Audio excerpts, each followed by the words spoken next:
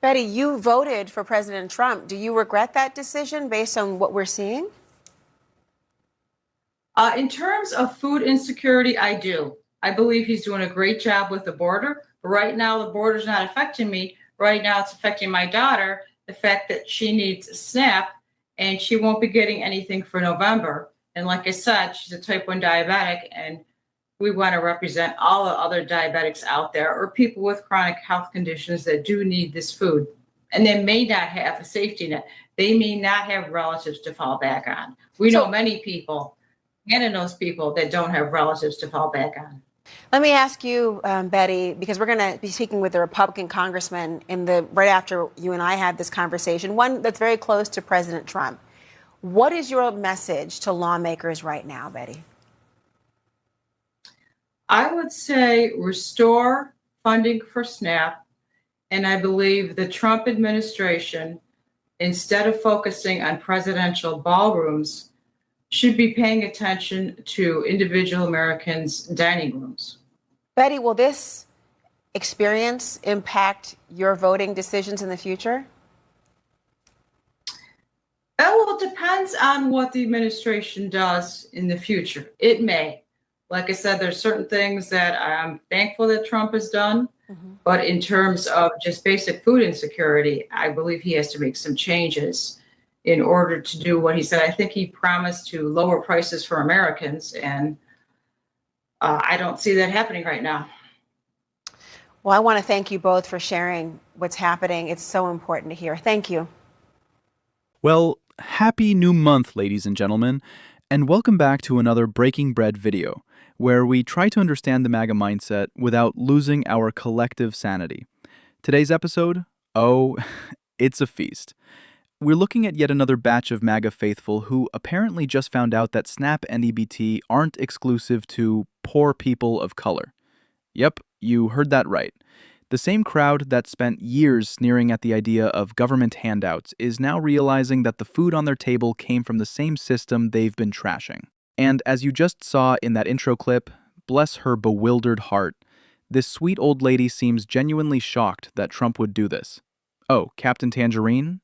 The man who could barely keep track of his wives, much less a budget. You mean him. The man who sent $40 billion to Argentina while giving American farmers the middle finger. The man whose economic plan is basically one long game of Monopoly, except every property is foreclosed and every get-out-of-jail-free card is for his friends. Yeah, that guy. How could he possibly ruin the economy, right? How could the Orange Oracle of bankruptcy himself possibly make the country poorer? And yet, here we are. Trump literally cutting SNAP benefits and then sprinting to the Supreme Court to fight a ruling that said benefits should be distributed through all of November. You can't make this stuff up.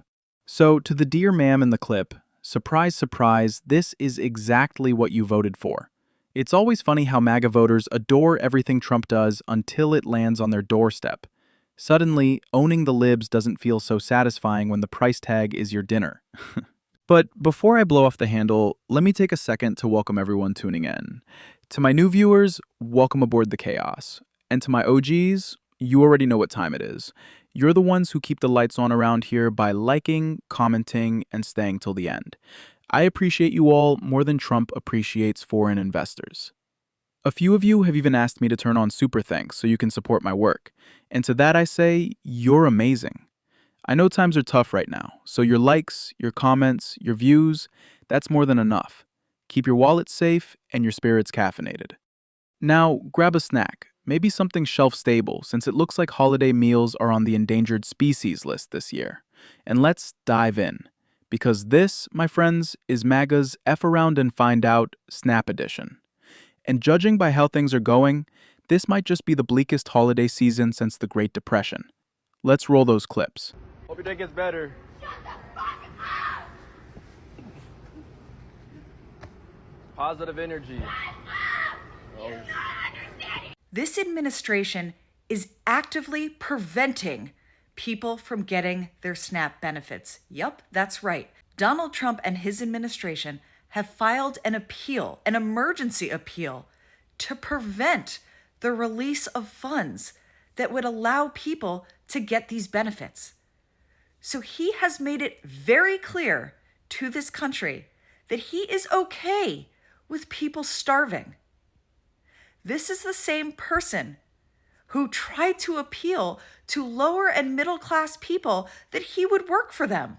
Many of those people voted for him. And now they are without their funds. Now they are unable to feed their family. And just as a reminder, Donald Trump is spending $300 million on a ballroom. Y'all, in today's episode of As the White Hood Turns, have you seen that viral video going around of that MAGA voter who is mad that her family won't lend her money for groceries because they done cut off her SNAP benefits? Now, I love a good MAGA fuck around and find out. I love it. I love this for them. But what makes this even better is that there are also videos and pictures circulating of the Halloween party that Syphilitic Sid threw last night.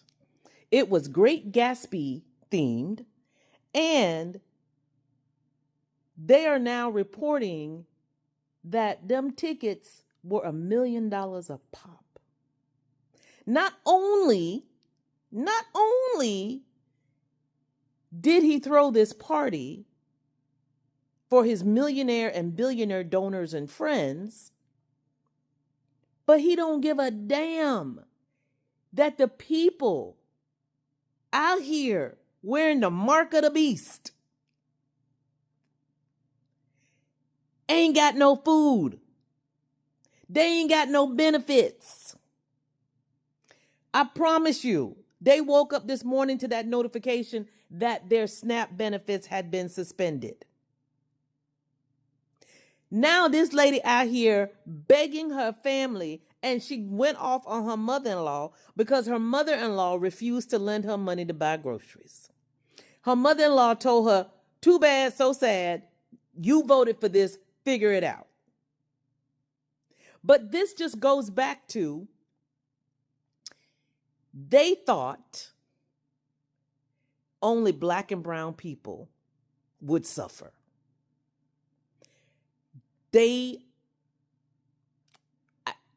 All them people saying we need to stop calling them dumb, but I don't know another word.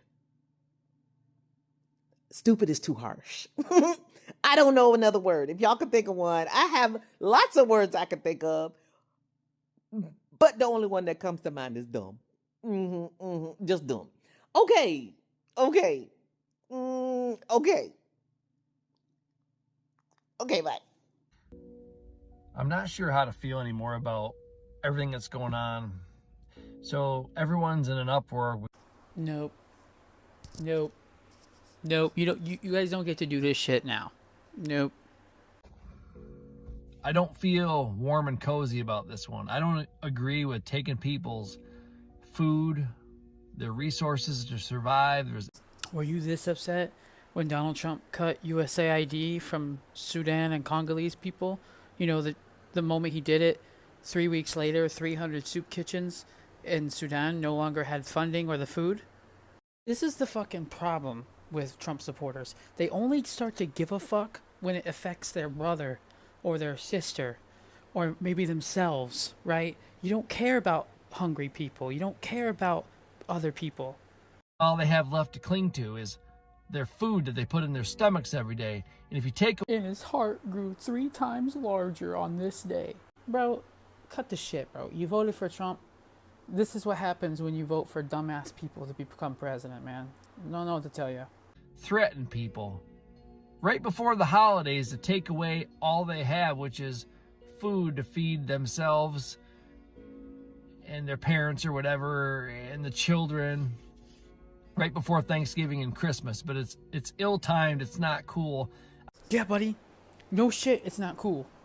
You know, there's 12 million people right now before this food stamps cut that already didn't know where their next meal was coming from. Now, this is just going to increase that number. But you voted for this shit, bro. Like, what? Bro, you know that the government was going to get shut down. Come on. The first time he was in office, he shut it down twice. Never shut down under Biden. And then, boom. Next presidency of Trump, here's the first government shutdown. You voted for it. MAGA, where's all your pride now that you're standing in food bank lines because your SNAP benefits have stopped? MAGA, why aren't you wearing your hats like you did on the campaign trails, preaching about how MAGA is awesome while you're now trying to take handouts from the Democrats who you've been hating on this whole time? MAGA, why are you so quick to hate the immigrants when the fact is, I would rather live a short life on my feet with an immigrant than live a long life on my knees next to Mike Johnson, always having to wipe my chin because there's spray tan on it? Why are you standing here being a part of a system that doesn't care about you? Why is MAGA choosing to be beholden to somebody who has shown zero care for the very people that got him into office? Why is it that you are so hell-bent on believing that a 34-time felon is telling the truth, but yet good home Christians are trying to speak to you and you're denying them? You know what's really wild about all of this? MAGA has mastered the art of selective disagreement. Every time Trump torches another part of their lives, they go, well, I voted for him, but I don't agree with that part. When it was the farmers' turn to FAFO, they said, we don't agree with his tariffs. When it was the Latino conservatives' turn, they said, we don't agree with deporting people without due process. When teachers lost funding and entire programs disappeared, they said, we don't agree with defunding the Department of Education. And now, when SNAP benefits get slashed, suddenly they're all like, we love Trump, but we just don't agree with his policy on food stamps. It's insane. It's like watching people burn their own house down and then say, okay, but I didn't know the fire would be this hot. Every group that voted for Trump has had its turn at the FAFO carousel, and still they act surprised when the ride keeps spinning. Now, there are three things that stand out to me here. Number one, this whole I don't agree with that part mindset is emotional self-preservation. Psychologically speaking, it's called cognitive dissonance, that tension your brain feels when reality smacks up against what you believe. Instead of accepting that they made a bad call, MAGA supporters reframe it. They compartmentalize the damage. It's not them who were wrong, it's just that one issue. Their identity depends on believing they made the right choice, so their brain does gymnastics to protect the ego. In therapy, we'd call that denial with flair. Number two, MAGA's relationship with Trump is what psychologists describe as trauma bonding. They get hurt, they rationalize it, and then they come back hoping the next time will be different. It's political Stockholm syndrome. They sympathize with their captor because admitting he's the problem means admitting they were fooled. So they say things like, well, I might vote for him again, depending on how things turn out. Excuse me, ma'am, your daughter's health care is at risk, your grocery budget is evaporating, and your retirement is circling the drain. What else needs to turn out before you connect the dots? And that brings me to number three. From the outside looking in, it's easy to think, well, collectively, we all disagree with him on everything, so the math is obvious. But that's not how MAGA cognition works. It's not logic-based, it's identity-based. Supporting Trump isn't about policy, it's about belonging. It's a club where outrage is the membership fee and facts are banned at the door. They don't need to agree with him, they just need to feel seen by him. That's why even when he cuts their benefits, they'll still say, at least he speaks his mind. Yeah, and what's on his mind is cutting your lunch money. But here's the good news, and I mean this with a deep, satisfied exhale. The spell is starting to break. Because this past week's elections, Republicans didn't just trip. They face-planted in public. Across multiple races, Trump-aligned candidates got absolutely humbled. In the 2025 off-cycle elections in states like New Jersey and Virginia, Democrats swept key gubernatorial and executive offices, turning what was supposed to be a red resurgence into a blue revival. Even in New York City, Democrat Zohran Mamdani defeated his Trump-friendly Republican rival, a race analysts thought would be tight, proving that even in tough districts, MAGA's magic is wearing thin. And that's not just opinion. Outlets from Reuters to The Atlantic and Al Jazeera are calling these results a referendum on Trump's second term. The message from voters was loud and clear. People are fed up with inflation, culture wars, and the never-ending circus. Even in longtime MAGA counties, early data shows cracks forming, with turnout dipping among Trump's base and rising among independents. In short, MAGA ate dust. Like full-course meal levels of dust, the kind that sticks in your teeth. And GOP insiders are already panicking, whispering that if the party keeps losing momentum like this heading into the midterms, Trump and company might be heading for the big house instead of the White House. And honestly, I'm so here for it. I'll bring popcorn, maybe even government-subsidized popcorn. You know, the kind they said they didn't need until it disappeared. Because this is poetic justice in real time. The same people who weaponized misinformation, mocked the poor, and worshipped a man allergic to truth are now realizing the con doesn't stop until they run out of chips to bet with. The illusion's fading, and all that's left is the bill. And this time, America's not picking up the tab. Anyway, let's keep watching. Because if FAFO season had an official scoreboard, MAGA's the team that keeps showing up to the wrong stadium, claiming victory while the rest of us are already celebrating the win. You know who I hate? Techno-fascist oligarch billionaires. No, man, poor people who qualify for food stamps and therefore leech off the government, ipso facto, my tax dollars. Not the billionaires who take trillions of dollars in tax cuts and subsidies and presidential pardons. Nah, I kind of like it when billionaires fuck over poor people. Dude, you are poor people. What the fuck? Yeah, I know, but I want to keep the system how it is because someday when I'm rich, I want to be able to fuck over poor people too, you know what I'm saying? But you're never going to be rich because of the billionaires who are fucking you over because you are, as we established, the poors. I still like to imagine it. You come from 5 generations of poor white people who have been fucked over by 5 generations of these draft-dodging carpetbaggers. Neither of us can comfortably pay for housing, food, doctors, and medicine. Yeah. You have a little bit of savings that would be totally wiped out by a small emergency. And let's be honest, there's gonna be an emergency, whether it's caused by your prostate or your president. All that, and yet you still blindly support the right of these limp dick, bug-eyed, corner office vampires to leech every last dime and drop of sweat out of the working class, which is you, these ketamine-fueled reptilian sociopaths who gutted U.S. aid, cut billions of dollars out of the SNAP program, refused to fund it through the government shutdown. They're still building a ballroom right now that costs $3,333 per square foot.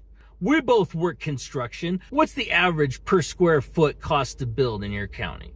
Like 200. And have you ever seen a construction project that finished with the same budget that it had when it was a drawing? Well, all right, you got a couple points. So you feel the need to support the socialization of corporate losses and the billions of dollars these rat fuck con men siphon out of our federal funding and government budgets every year, taking welfare subsidies for corporations, which will not be interrupted this November, by the way.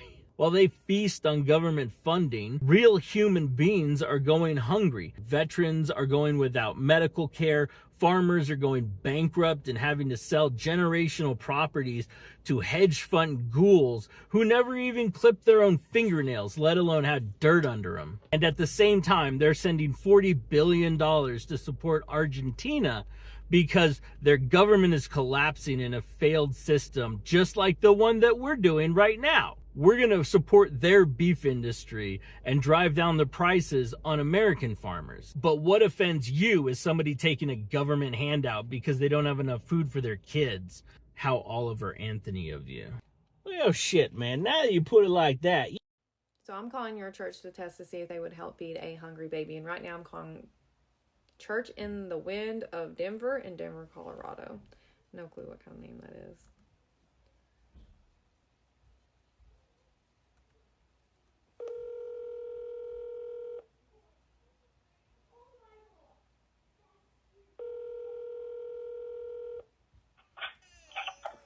Hello, this is Gary. Hi, I was wanting to see if there's any way y'all could help with a can of formula for a baby. I have a 2-month-old, and we've been out since last night, so I've been trying to call everywhere all day, and nobody can help. Yeah, we're included in that, not because we want to be, but we've been struggling with a whole bunch of things since the Obama-Biden regime took over. I'm trying to think, have you called the company a little deal called Catholic Charities? Yeah, They usually have that stuff. Did they have any recommendations? yeah. I've been calling everywhere. Okay, well, all I can suggest, what part of town are you in? I'm like 10 minutes from you all. I'm sorry, where? I'm like 10 minutes from you all. Oh, good. So you're right up here off of 84th and I-25? Yeah, I'm like right close to you. I'm like 10 minutes. Let me call you back in a minute. I got to call my administrator and see if she has any ideas where you might be able to find some baby formula. I mean, I've done called everywhere. It wouldn't be something that y'all would be able to just to purchase. Yeah, I mean, y'all wouldn't be able to just to get it and me pick it up. Honey, I'm not in that area right now. I just know it because I'm out across town with the buddy in the hospital. Okay, would it be something? And I have to call my administrator and see what she might suggest as far as where you could find some baby formula. Okay, can you hold on just 1 second? Sure, why not? Okay, awesome. Thank you. I had to turn my baby off. Okay, so I don't actually have a baby or a need. I'm actually just calling local churches to see which ones would actually help feed a starving baby. Sure. Okay. Okay. Yeah. Well, we're mostly older riders. I mean, the young guy in my church is 43, and he's been riding for 26 years already. And the rest of us, like me, I've been riding over 60 years. We got some hot rodders and stuff, but we still try to help out the community as we go. So if that was a check, then that's the best I can do. But I mean, I was willing to go look around and see what I could find. No, I'm curious. Is this the Church in the Wind of Denver? That would be us. In your church? We are. Those last two clips really sum up everything you need to know about MAGA. They've been brainwashed into believing that one day they'll all be rich, that their big break is just around the corner. And when that happens, they don't want anyone taking it away. It's the most successful psychological con in modern politics. Convince poor people to defend the rich in the hope they might join them someday. It's wild, isn't it? They worship wealth like it's salvation. You'll hear them say things like, well, if a billionaire found a loophole to avoid taxes, that's just smart business. But if a poor mom uses EBT to buy groceries, suddenly it's the end of civilization. That's demonic. That's dangerous. The hypocrisy is so cartoonishly upside down, it would be funny if it weren't hurting real people. Now, that last clip, that's the one that really got me. The woman you just heard calling churches, her name is Nicoli. I hope I'm saying that right. And I want you to check out her work. I saved her for the end for a reason. Because she exposes something bigger than politics. She exposes the spiritual rot underneath the MAGA mindset. See, MAGA claims to be the party of love and Christian values, and many of the churches that align with them say the same thing, that they follow the teachings of Jesus. You know, the ones about feeding the hungry, clothing the poor, helping widows and orphans. But as Nicoli showed, when she called church after church trying to get help, not for herself but for a baby who needed a bottle of formula, nearly all of them turned her away. One church literally said their benevolence program was for members only. Imagine hearing that. Sorry, Jesus only feeds people on the membership list. And yet, the people who did step up, they weren't MAGA Christians. They were Muslims from a mosque and Hindus from a local temple. The same groups MAGA constantly labels as evil or anti-Christian. The irony couldn't be louder if it came with a church organ. It's like the story of the Good Samaritan in reverse. The ones preaching morality walk by the hungry child, while the ones they call heathens stop to help. And honestly, that says more about faith in action than any sermon could. So, as we step into the holidays, I want us to remember this. Be kind. Be generous. Look out for one another. Because empathy isn't seasonal, it's human. And it shouldn't take Christmas lights and charity drives to remind us of that. True compassion isn't about being seen doing good. It's about doing good even when no one's watching. Let's not be the kind of people who mock someone for needing help on Monday, then post about feeding the poor on Sunday. Let's not be the ones who weaponize faith while starving love. Because the truth is, this country doesn't need more performative patriotism or selective Christianity. It needs people willing to act like the values they preach. So, as you head into this holiday season, I hope this message sticks. Kindness costs less than cruelty, and it pays better too. This last clip I'm about to show you captures that perfectly. A reminder that decency doesn't belong to any one party, religion, or label. Until the next one, take care of yourselves, take care of each other, and remember, empathy isn't weakness. It's what makes us human. This message is for all the people that are complaining that they're not getting their food stamps for November. What did you do with October's food stamp money? What'd you do? Did you stock up on pantry items and try to shop smartly? Or did you just go buy a bunch of processed garbage? Looks like you're going to be going to the food pantry for your Thanksgiving meal. I know a lot of food pantries hand out turkeys for Thanksgiving. All the sides and trimmings too. Lots of food pantries. You better figure it out. I'm sick of hearing you complain, honestly.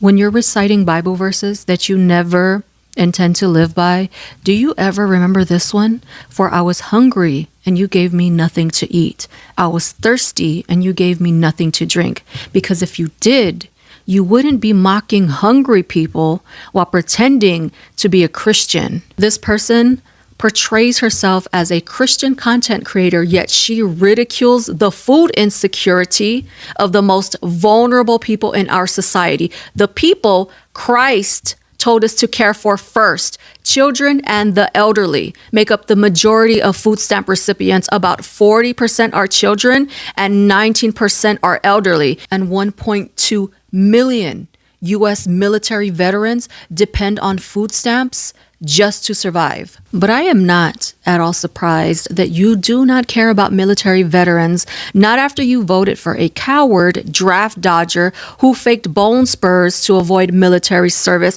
and then had the audacity to call our troops suckers and losers, not to mention the nerve of him to say this. He hit me. He's not a war hero. He's a war hero. He's a war hero. 5.5 years. He's a war hero because he was captured.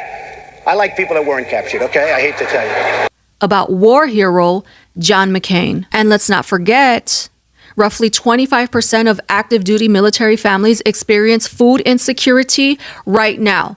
Yeah, people serving this country right now are struggling to feed their kids because military pay is low and military housing allowances disqualify many from SNAP benefits. Countless active duty military families have to rely on food banks and WIC just to survive. You should be outraged. Meanwhile, 55% of households with children who receive food stamps already have at least one working adult. They are not lazy. They are working, but still cannot afford to feed their families. And yet these are the people that are forced to starve and struggle so that billionaires can keep Trump's $4 trillion tax giveaway. Did you complain about that? Did you post videos about that handout that is literally bankrupting our economy? Trump is planning a $250 million ballroom in the White House, and I'd love to know how many hungry mouths $250 million could feed. But you're not whining about that, are you? Millions of people will lose their health care and die, starve to death so that obscenely wealthy billionaires can hoard even more money and add more yachts to their collection. And you call yourself a Christian while mocking the poor. By the way, you can thank the Democrats for the government being shut down and your benefits not coming through for November. Right now, Democrats are the only thing standing in the way of 11 million Americans losing their health care. They're fighting to extend tax credits that make health insurance affordable, to reverse Trump's cruel Medicaid cuts that hurt the elderly, the disabled, and low-income families rely on for survival.